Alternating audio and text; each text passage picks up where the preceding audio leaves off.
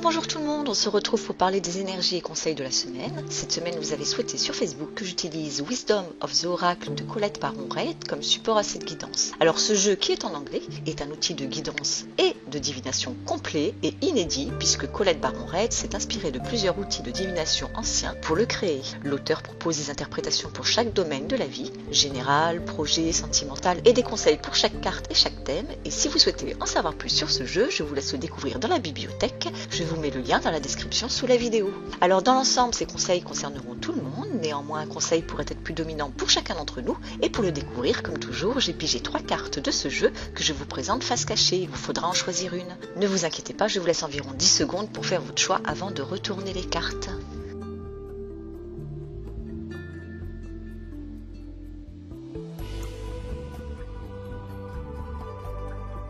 Bon, les 10 secondes sont passées, donc on va découvrir les cartes. Si vous avez choisi la carte numéro 1, c'est l'île au trésor, reconnaissez les trésors qui se présentent à vous.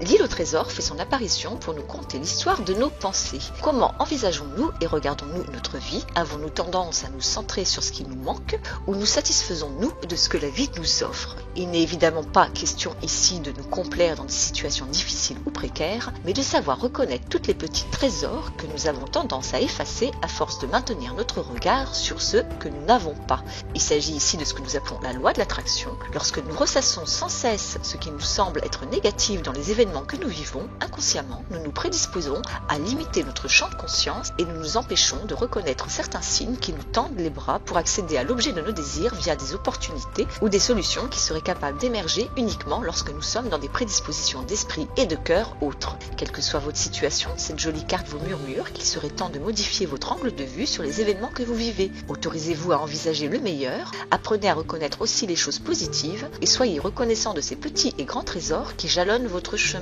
Chassez de votre esprit l'idée que vous n'êtes pas capable d'accéder à vos ambitions ou encore que vous ne méritez pas mieux ou plus. Ces fausses croyances brident votre potentiel. Ne dit-on pas que la foi permet de soulever les montagnes? Alors croyez en votre potentialité, soyez persuadé que vous parviendrez à atteindre vos objectifs et vous verrez que votre potentiel créatif, incluant idées, solutions, capacité à reconnaître les opportunités, etc., se décuplera puisque vous ne vous saboterez pas tout seul de manière inconsciente, à force de manque de confiance, de manque de conviction et d'énergie brûlée inutilement dans des pensées négatives. Alors on cultive les pensées positives et sa ferveur dans tout ce que l'on entreprend pour nous donner les chances de divinement nous réaliser.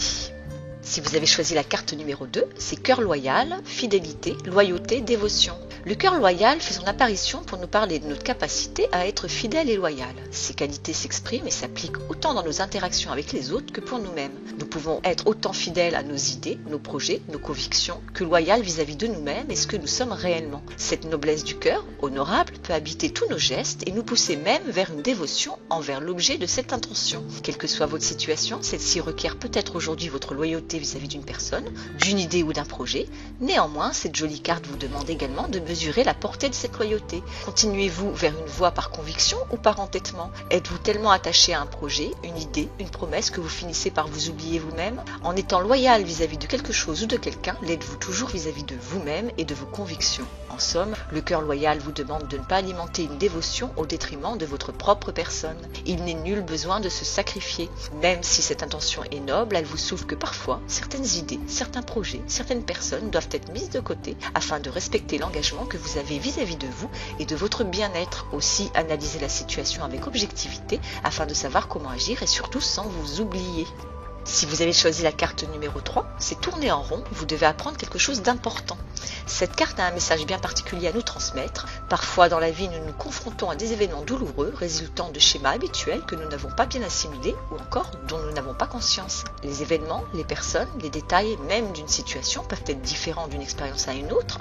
Néanmoins, ce qu'elle engendre renvoie continuellement à des souffrances similaires, des questionnements identiques et à un résultat plus ou moins analogue. Cette carte nous murmure qu'il y a quelque chose dans la situation que vous vivez actuellement qui doit être compris et intégré afin d'éviter de revivre des expériences qui vous renverront renverrez sans cesse à la même problématique. Vous êtes donc invité à voir quelque chose que vous tentez d'éviter jusqu'à présent afin de ne plus revivre des états d'être cycliques. Cette carte invite donc à prendre conscience de notre responsabilité dans les événements en jeu afin de trouver les clés de la liberté et de ne plus tourner en rond. Il ne s'agit évidemment pas de se culpabiliser, bien au contraire. Il s'agit d'accepter ce que nous sommes en toute conscience afin de faire preuve de bienveillance vis-à-vis de nous-mêmes et enfin de nous libérer de comportements répétitifs, d'angles de vue parfois limités et désuets et de croyances erronées. En somme, tant que l'on ne comprend pas ce qui nous amène à vivre continuellement les mêmes expériences, nous créons inconsciemment notre propre nécessité à les revivre d'une manière ou une autre. Alors partez à votre découverte, résolvez votre énigme pour trouver la clé de la liberté.